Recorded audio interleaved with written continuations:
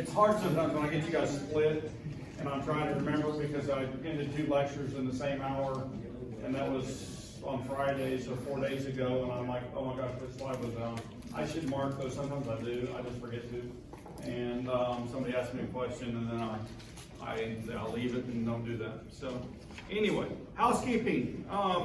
The sapling, or not sapling, a CHE. I moved a date for that. I noticed that there's a number of people who don't have the current work done. So motivation, how do I get you motivated? Set a deadline and hold to it. Right? Now I want to say this very carefully and clearly. Okay? I want to say this very clearly and carefully. I would rather you be working on the stuff we're working on in class than past stuff. Right? I want that to be the priority. Does that make sense?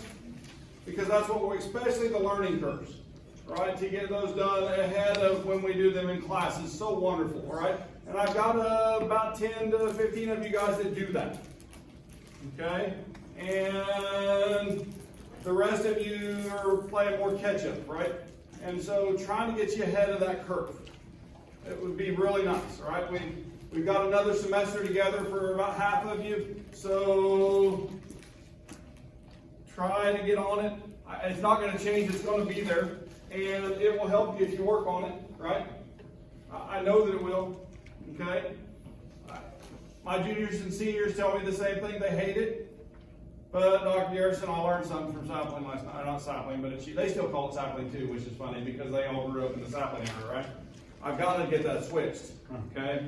In the Achieve era, right, they hate those problems too. But then they'll say, oh my gosh, I learned, you were talking about that in class the other day, and so we have conversations about it. Does that make sense? And even today, there was a question in my quant homework. You had to enter the delta sign, right? Now, and these guys are even experienced, but with the new Achieve, it changed a little bit how they do it. And so they're actually trying to do delta, for example, delta G, okay? And there were 3 students who couldn't figure out how to do it. You just had to go down into the menu and find the capital letter and everything. But they all missed it multiple times, right? Because they couldn't put that in. And in fact, I got an email about it. God, I hate this problem, okay? I know I've got the right answer. I can't enter it properly. It's got me wrong. Okay? Now what she knows that you guys haven't figured out yet, that there will be enough extra credit problems. I'll turn actually another chapter or 2 into extra credit after you guys finish them, so that if you've completed all the problems, all right, then I can give you 100% of the points for that. But you got to make an attempt on all of them. Okay? And actually try. What's homework for? It's practice. It's simply that. Okay? Can you make mistakes in practice? Yeah, I think so. That's the best place to make the mistakes, isn't it? While you're practicing. And then when you get to the game, then you're ready to play. Right? But if you're working on a new blocking scheme and, well, maybe that's not full for everybody, lyrics for a new song, right? And you haven't got them quite down yet, and you're trying to practice, you may be recording yourself, see what it sounds like. You may not get it down the first time, right? Is that true? Yeah, I know that. That's why I think of practice homework differently than a lot of faculty members do. I don't care if you make mistakes. I want you to. But I want you to try, and we're getting far enough behind, we need to get to work on trying. Yeah? All right. Just motivation. All right. Other things. We will finish up the current chapter this week, right? We'll finish it and we'll move on to chapter 8, which is reactions. All right? I know you've all already read chapter 7. Either that or you're reading it as we go, right? Yes. So, while you're on break, read chapter 8, and if you haven't finished 7, you might go ahead and do that, okay? While you're working on your sapling problems. All right? Third thing, I was looking at the grade book this morning because I was putting in +1 point for a few people who had done a survey for me, okay? And I noticed that the Esters lab has a number of holes in the grade scores. If you haven't turned that in, please turn that in because I'd like to return those.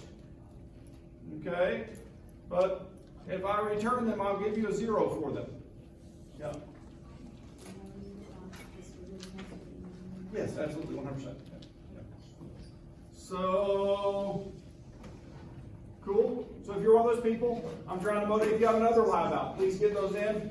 All right, we've got a few of those graded now, and we're trying to get those back in the folders, but I hate to turn them back when I know I'm going to give people zeros. Okay?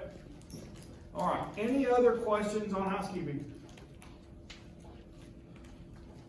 Semester's about to get busy, right? This is the Monday before Thanksgiving break, right? This is the Monday before Thanksgiving break. That means you have class on Wednesday, class on Friday, lab on Tuesday or Thursday, right? Then we're going to take a week off, and then you're going to come back. And you're probably going to leave half your brain at home, okay? Maybe all of it. Because you're going to have been off, and it's so wonderful just to lay on the couch, eat turkey leftovers, right? Big pile of stuffing, right? Yeah. I mean, that's the favorite at our house, stuffing and garlic mashed potatoes. Yeah, we make piles of those, okay? And I've got a 16-year-old, I think they can eat about 5 pounds of stuffing. Yeah, I would need maybe more. So, anyway, when you come back, you have 2 weeks of class. 6 class periods and 2 labs, okay? Now we've got a lab this week, gas laws. We've got a lab next week that is, not next week, the week after break, which is calorimeter, and we're going to do heat. And then the following week is a lab final, okay? So the last lab period is a lab final. And I will have you light a Bunsen burner. I'll have you do the density of an unknown liquid. Literally things that we have done all semester, okay? Some calculations. Find a value on a material safety data sheet, an LD50, things that we have done practically in lab, okay? And that will be the last lab period, okay? Cool? Yeah. And identify glassware, the names of them, right? There's help out there on the wall of the chemistry department in the hallway for all the glassware names, okay? Or you can ask during lab the ones that you don't know. You've got 3 weeks to identify those. Everybody knows what a burette is. Everybody knows what an Erlenmeyer flask is. An Erlenmeyer sidearm flask, or sometimes just shortly, or called for short sidearm flask. A beaker, right? Yeah. Do you have to know how to spell these?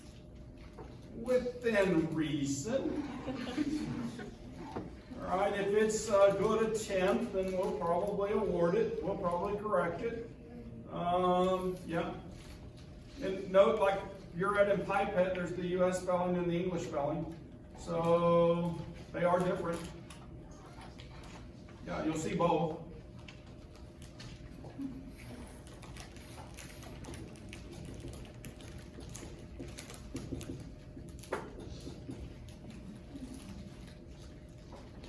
Right, burette's the same way. Which one do we use? This one normally, right? But this one's all through the literature. Okay? So we just shortened it because, you know, that's what we did. And probably somebody couldn't spell it, so they put that instead. And it was accepted. So, this is that. Hopefully that was helpful. Anything else? Any other housekeeping?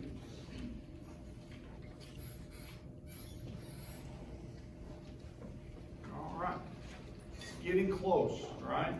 Don't go home and leave your brain at home. Come back, expect to work twice as hard for 2 weeks, and then take finals. Oh, our final. Have you guys noticed when our final is? It's Saturday. Yeah, remember there's a dead day. I've even forgot that. The last week we only have 2 days of class. And they call it not dead day, we call it study day up in the chemistry department, right? We don't have class the Friday week before finals. Finals, our final is on Saturday. Don't confuse yourselves. It literally is at 10:30 a.m. I will allow you to take that at 1 p.m. if you would like. As long as it's not too many. You have to let me know ahead of time. Okay, I have both those time slots for general chemistry, and so if you wanted to come with the other section, you could if you have something else that's going on or whatever that may be.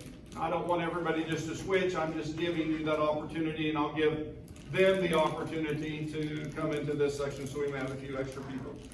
Okay? Cool? Yeah. Saturday. I know, that's what I said. This is my first time ever to do a Saturday final. Ever. Yeah. Somehow I've missed it. They changed the schedule now, so they're punishing people for having lost the one, I think. But there's no finals on Friday, right? No finals on Friday. That's a study day, and then there's no finals on the following Friday. The last day of finals week is Thursday. Yeah. And then our grades are due Monday, the following Monday.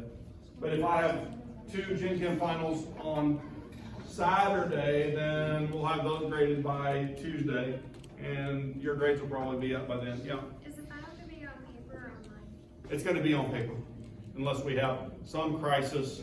COVID comes back through with another variant, whatever that may be. Do you guys like the paper tests and quizzes better than the electronic? Yeah, me too. Okay, so I think you learn better on them. I look at performance, and when I start doing score averages on the scores on the electronic exams, even though it's the same material, they're lower than they are on written.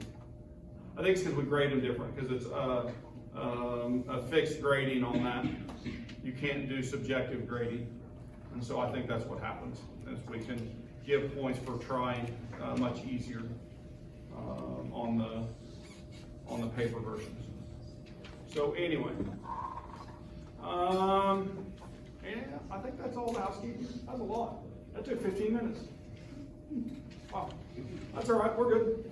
We were looking at molecules, and we were using valence orbital theory to look at molecules and talk about sigma and pi bonds.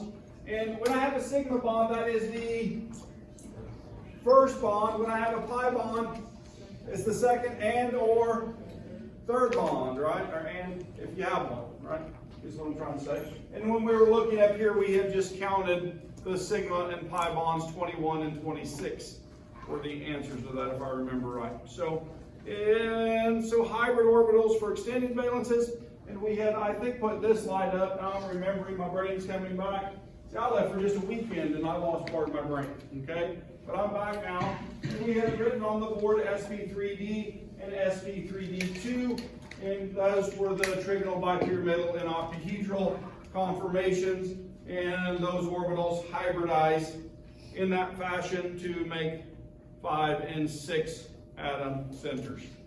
So, all right, valence bond theory to explain things, and so there's certain things that we say that this theory describes, and one is there's observations that things with multiple bonds are more reactive than things with single bonds, and that the strength of a bond is related to the degree of overlap. Side-to-side overlap between p orbitals and a pi bond is much less than the head-to-head in the sigma bonds, okay? Thus pi bonds are easier to break, making double and triple bonds more reactive, okay? So anytime you see that, then we would say that they're more reactive.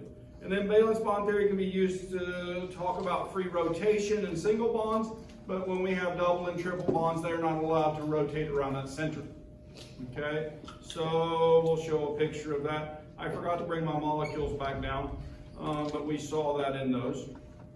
And so, anyway, rotation of atoms around a pi bond would break the pi bond and take much more energy to do that, and to go from cis to trans, or from trans to cis. And so this is showing free rotation around the single bond, so I can literally spin that freely.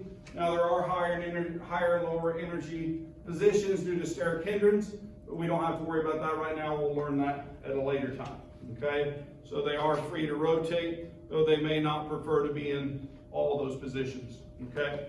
Now, if we're looking at the double bond, and we can see the pi bond, the purple above and below the center axis, and when that's there, then it does not want to freely rotate unless we break that pi bond, so we have to put in more energy to get that to move. Cool? Yeah, Yeah? Okay. So it will do that, but so here we have a question. In valence bond theory, use it to determine and explain whether propane, CH3, CH2, CH3 or propene, CH3, CH, which is more reactive. And based on what I just said, triple bonds are more reactive than double bonds are more reactive than single bonds. And so, which one of those is more reactive? The propene, okay? So, I'm not sure that I realized I was using valence bond theory to do that until I did this textbook in this way, okay? It was always just something that I learned. The triple bonds are more reactive because the electrons are more exposed, and yeah, that would be an atomic theory somewhere, but anyway, so that just talks about what we've been talking about, the overlap in the regions. And so there are some things that this theory doesn't do, so I've got to teach you a small piece, a fraction of molecular orbital theory, okay? And so we're going to do that to look at things that are significant, such as oxygen being paramagnetic. Now, you say, what does it mean to be paramagnetic? That means that I'm affected by a magnetic field. You guys know that iron is affected by a magnetic field. Would you guys agree with that statement? So an iron and a magnet are attracted to each other. Did you know that oxygen is the same as iron in that fashion? Okay, not quite. It's not ferromagnetic, okay, which is where I can fix that permanently, okay, to make a magnet out of it. But it is in such a way that if I can see the oxygen, I can show that it's magnetic, right? And I can use molecular orbital theory to predict that it would be that way, and other things are that way. And so what I'm looking for is unpaired electrons in the bonding scheme. All right, so molecular orbital theory basics.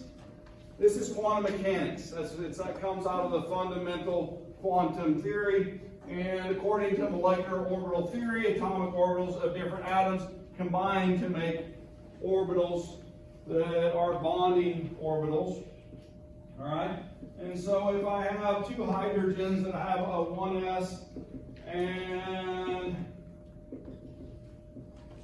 I start looking at molecular orbital theory, each one of these 1s for hydrogen have an electron that they can donate to participate in this.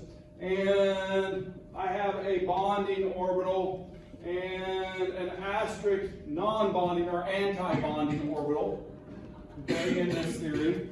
And so when I make a molecule out of two hydrogens, and I take those two electrons and I fill the lowest energy level first, okay? And so in this case, I have two electrons in a bonding sigma orbital, okay? And I have no electrons in my anti-bonding orbital, okay? And so we'll start looking at this to determine whether this is a viable molecule. And so we use molecular orbital in this to predict shapes, function, and those types of things, which we can't do with any of the other theories that we've looked at, okay, with Lewis structures, with valence bond theory. And so this is an example of that. Now, the book talks about this in relationship to waves, okay? And so when I have a bonding set of electrons, then they're additive, constructive interference in terms of the theory, okay? And so when I have constructive relationship, then it's a bonding orbital. When I have a destructive relationship in terms of waves, right, then it breaks those bonds. I can't form a bond is really what you would say. They won't make a bonding relationship when that happens. The picture of this is right here. If you guys remember this, I've seen this slide before. And so it's showing that the two waves that are in phase, right? And those two waves in phase combine to make a bigger wave, right? Two waves that are in opposite phase cause destructive interference, and so there is no wave following that. And molecular orbital theory uses this idea that when I have a bonding relationship that's greater than the anti-bonding relationship, then I can make bonds, okay? And then the higher that bond order, that's the word we're going to use for this, bond order, the higher the bond order, the more stable the bonding relationship, okay? And so anyway,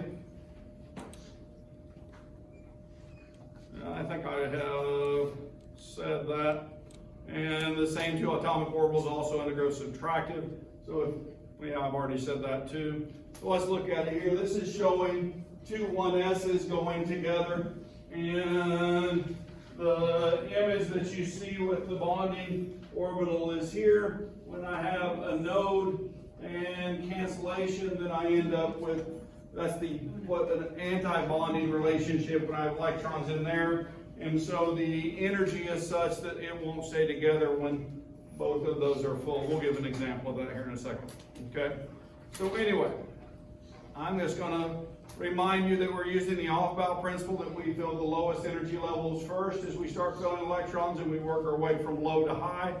And we also are opposite spins, just like in our other energy diagrams, right? And we fill single electrons in a iso energy level. So anytime they're the same energies, then we would fill with single electrons and then go back and pair those afterwards. And so here's our hydrogen on the board, showing that two 1s's make the sigma 1s orbital, okay? And so if we're talking about configuration, like we do with the elements, right? The electron configuration for this is we're in the 1s, right? And so if you're looking up there, you'll notice that you have sigma 1s, right? And then we parentheses with that and say that there's two electrons in that. And so that's the electron fill diagram that you would use to describe that. Okay? Now we're still going to get to bond order. And so if I'm looking up here, anytime I have an asterisk, it's an anti-bonding orbital. Anytime I don't, then it's a bonding orbital. Right? You guys with me? The bonding orbital for the corresponding relationship is always lower energy than the anti-bonding. Okay? And so usually it's symmetrical about the two platforms. All right? Now, if I'm looking at this, then my bond order, we could call it body odor, but it's bond order.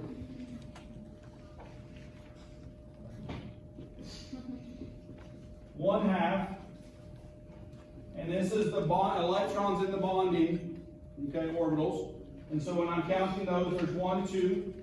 You guys with me? How many electrons are in the antibonding orbital? 0, 2 minus 0. And so 1/2, 2 minus 0 equals 1. And so the bond order for that relationship is 1, which says that there's a bond there. Okay? If those two things come together and are attracted to each other, and they're both singly with single electrons, then those will come together, and those will end up being in lower energy, right? They were in higher energy in the 1s. When they come together and pair, then they go down in energy, right? What happens to that energy? Anybody know? It's usually when it ends up in lower energy, it releases heat, right? So that energy is conserved in the relationship, but that's just a whole other story, okay? You get into some thermodynamics out of quantum right there. Yeah. I just talked in chemistry, didn't I? Sorry. Wait, we're in a chemistry class. Never mind, I'm not sorry. All right, so we can start combining other things, right, in the same fashion that we're doing right now. And so let's look at another relationship, okay? So we're going to move away from hydrogen, and we're going to put a helium into helium, okay? And when I do that, then if I'm looking at heliums valence shell, how many electrons are in the 1s for each helium atom? There's 2, right? And so I would show those 2 electrons for that 1 helium, right? And over here I've got a second helium, and so that electron's there. Now I'm going to put them together into a relationship. Okay, you guys with me? And so I start filling, I take electrons and move, and then I've got 2 more to put in, right? So I've now got 2 electrons in the bonding orbital, 2 electrons in the non-bonding orbital. And if I go down and calculate my bond order, okay, then it's going to be 1/2, 2 minus 2, and that equals what? 0. When I have a 0, I don't have a bond. It's as simple as that. Anything greater than a 0, I have a bond, or a potential for a bonding relationship. Okay, you guys with me? Yeah. When I have 0, I don't have a bond. And what do we know about helium? Does helium like to make HE? No, it's not favorable. We already know that, right? And so this is showing that through an energy diagram. Okay? It's showing that relationship for dihelium. Okay? Now, any Star Trek fans in here? Oh, we're getting there. Just wait. Okay? Just wait. So, how about this relationship? I have an opportunity to bring in 1 hydrogen, and that is a normal hydrogen, a nascent hydrogen with 1 electron. But what about that second one? When I have H minus, right? H with a single electron is the nascent, right? To make this, and this has a 0 charge, right? To make it -1, what do I have to do? In terms of Lewis-Dalton. I have to put an electron pair with it, right? You guys with me? And this is H minus. Okay? You guys good? And so the question on the board is asking about H and then an H minus. And so this energy diagram is 1 electron on that side, 2 on this side. Okay? You guys with me? And so, oops. I forgot to put a pair of electrons on that last molecule, didn't I? Did I put these in here, or did I just now erase them? Okay, all right, just making sure. They weren't there when I erased that one, so I just missed that one erased. So anyway, if I'm looking at this, then right now I've got the 2 from over here, right? So I bring 1 from each side, and then I take the next one and I put it up here. What are you going to do next now that you've built it? Calculate the what? The bond order. And so you guys calculate the bond order. It's 1/2 the bonding electrons, 1/2 the bonding electrons plus the, or excuse me, minus the non-bonding electrons.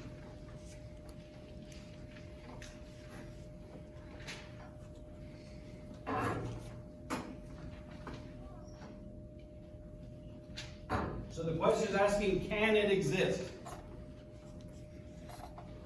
How are we going to know it can exist? If it's not 0. Okay? So this is 2 minus 1. So that's 0.5. Is this 0?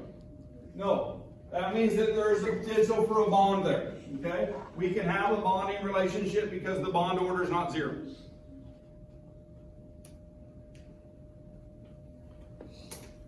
All right. We need 3 electrons, so combine a hydrogen atom, 1 electron with a hydride ion, H minus 2 electrons using electroorbital for H2. And we end up with O1s2 and then O star 1s1. And the bond order is 0.5. And so it can form, but it's less stable than H2. Okay? So that higher number says it is more stable. All right, we're moving down the periodic table. Okay, we just did hydrogen and helium. Okay, we just did hydrogen and helium. and we're going to look at lithium and beryllium. Okay? So it's going to do the same thing. All right, they're going to do the same thing.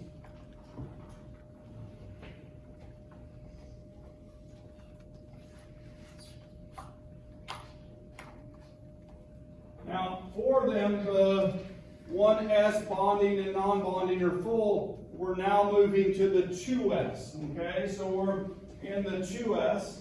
Okay, and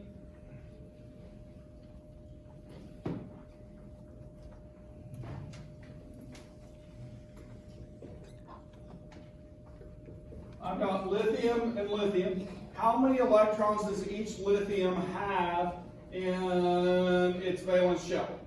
The 2s. 1. Okay? So I'm going to put those in. I want you guys to complete the electron fill, okay, for the 2s and calculate the bond order. That's actually what this next slide says. Draw the molecular orbital for lithium and beryllium, and then determine the bond order for each. Okay? Now, why did I say something about Star Trek fans? You don't know. You don't know?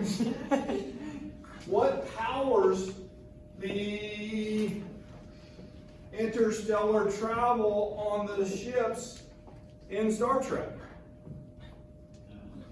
Dilithium crystals. Yeah.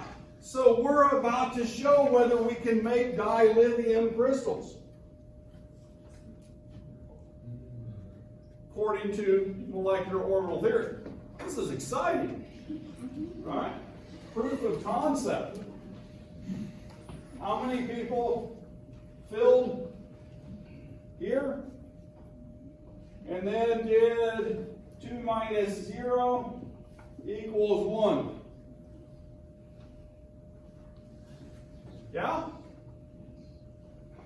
All right, so that means that we could use those dilithium crystals, right?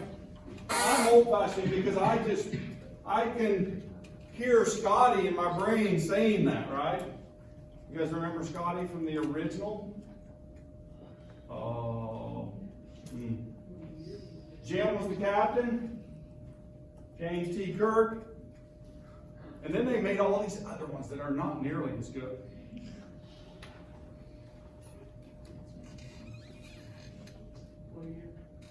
God. Way before you were born. So, yeah. That was the only one. We only had 3 channels back then. Then they had a PBS. We had 4. No, 27. We had PBS. We had 310 and PBS. And then they added, right? Added when I was a kid, channel 27. Big time. Then we had 4 channels. There was no cable TV. There was no video streaming. You watched what was on. And there was a good show called Star Trek. Right? So, anyway. Being funny right now. How'd you guys get there? Did you get the other one done? So, we got our beryllium, right? And then we're putting our plateaus in. Our sigma well. Sigma star mountain. I want to draw those. Your book uses dashed lines there. I want to make those solid really bad. And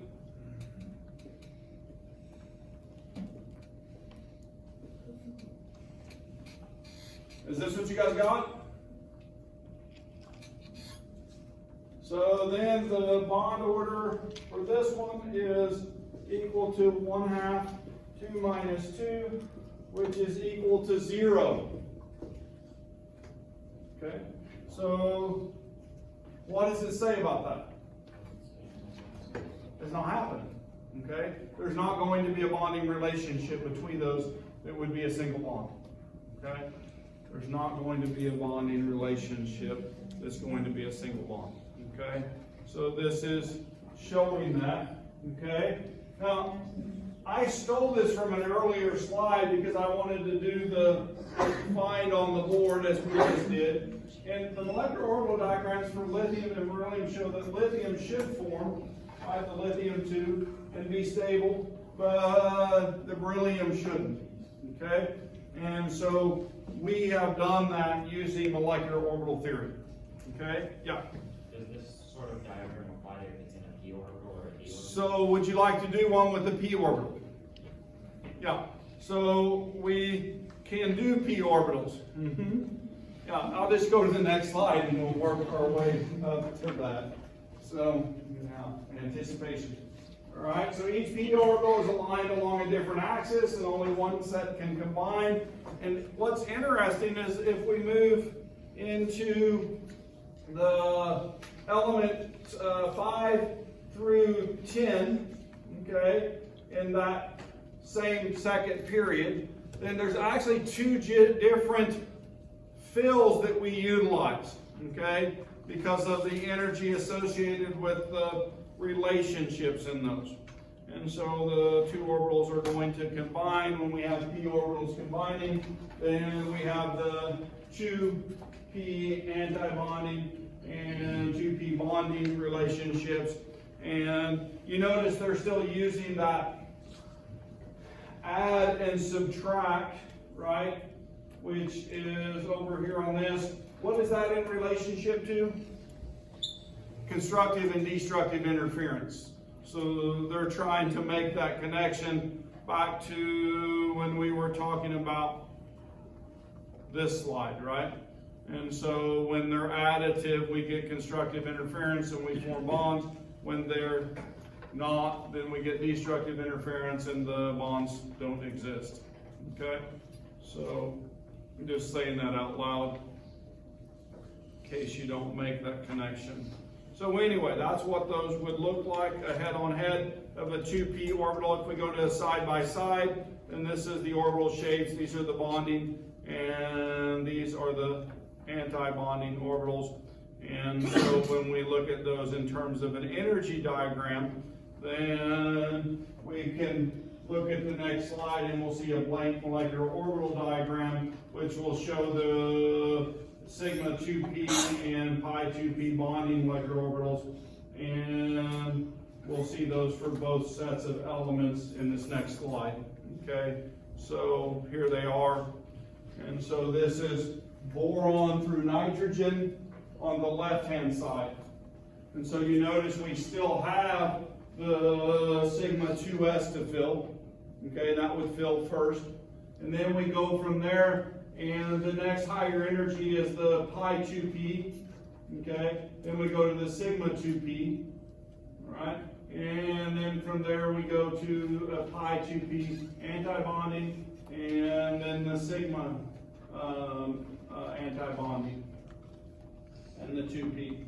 And so we would do the same thing where we would put our electrons from the element on the outside here, and then we would fill up. The elements that we would put in there are boron, carbon, or nitrogen. And then if we move over one more to oxygen, you'll notice that everything else is the same except these two are flipped. This is the pi to sigma, and this is sigma to pi. Okay? And the sigma to pi one applies from oxygen through neon. Right? So those have different energy levels as we go up based on half full to full p valence.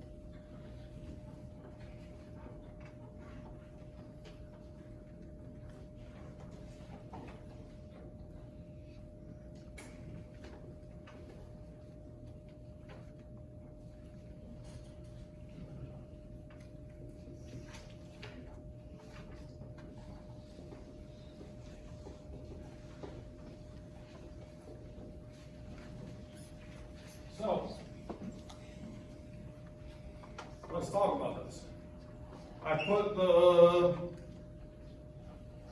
actually put the wrong one. I want to put this. Right, because I'm going to particular element. I'm moving over to the right hand side. Okay? So I did put the right one up there, I just looked at the wrong one.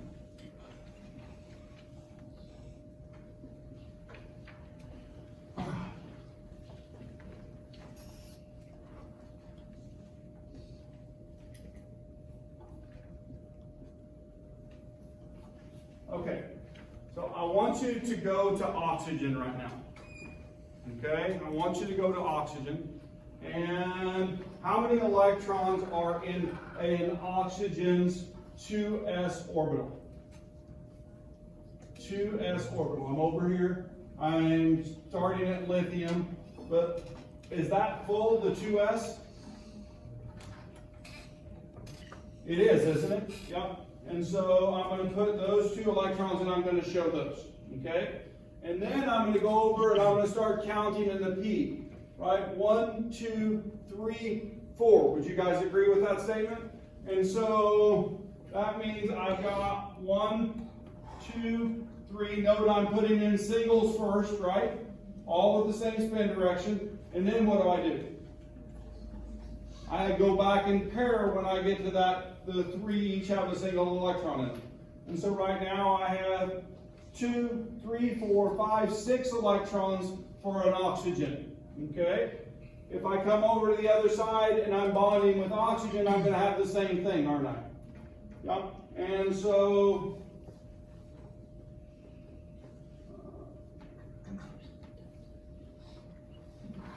now I'm showing those. Now I'm going to start combining them. And what's the rule? I'm going to go to the lowest energy level and fill it first. Would you guys agree with that statement? And so I'm going to start taking electrons and moving them to the middle to make the bonding relationships. And so if I'm looking here, I'm going to end up with those 4 electrons shared in a bonding and an anti-bonding relationship of the 2s. Okay? I would fill those first. The next one I'm going to fill is here. Okay? And so I'm going to bring down electrons from there. And gosh, I didn't leave myself much room. How about I move that pi right there? And so I've got an electron pair here, right? This needs to be split right there. And then I'm going to fill in the pi 2p, and I'm going to take an electron from each side and put into those, and then I'm going to fill the second ones.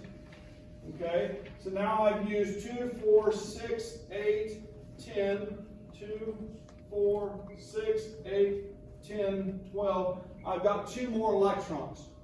Okay, and so I'm going to put them into the 2p star orbitals. Okay, now I want you to notice something. There's 2 isoenergetic positions here, and each one of those has an upspin electron in it. Okay? Now, you say, okay, Dr. Garrison, that doesn't seem like that big a deal to me. Okay? That doesn't seem like that big a deal. But there's this thing called magnetism. Okay? And when I have unpaired electrons in my molecular orbital fill diagram, it tells me, number 1, when I do that, whether this is bonded or not. But number 2, if it is, whether I am paramagnetic or not. Okay? And so that's additional information that I get from these. Let's check and see how we did. I've got, look, these are pre-filled for you. If you're doing your homework and it says to fill one, then before you hit enter, and you can pull up figure 7.38, and here's boron, here's carbon, here's nitrogen, here's oxygen, fluorine, and neon. And so you can see we have that filled appropriately. Okay? All right? And we see those unpaired electrons. I think I have time for a video that I want to show you. Let's see if it will go.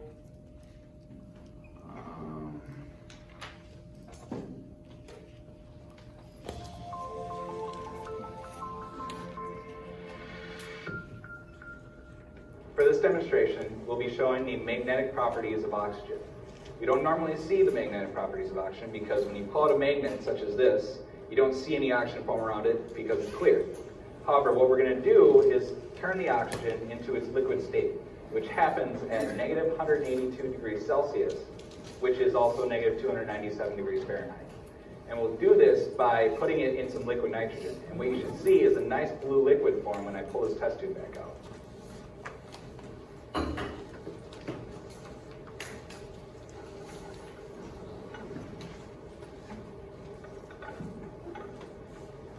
And we see the balloon shrinking as it gets colder because the density of the gas is very small compared to the density of the liquid. So we have a lot more stuff in a small space when it's in a liquid.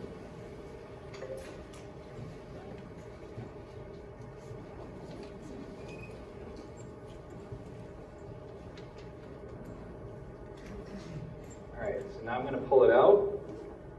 And we should see a nice blue liquid on the bottom. In fact, we do. And quickly, I'm going to try and take this very strong neodymium magnet and move some of it up. And in fact, there is some blue liquid being pulled up by this very strong magnet. Kind of cool, isn't it?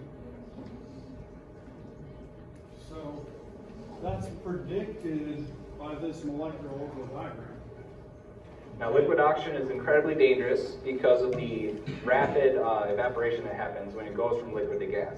So in fact, I have this balloon here so it allows for that rapid expansion easily. And I don't lose any of my oxygen. But if it happened in a sealed container, this could explode, but it's not in a sealed container.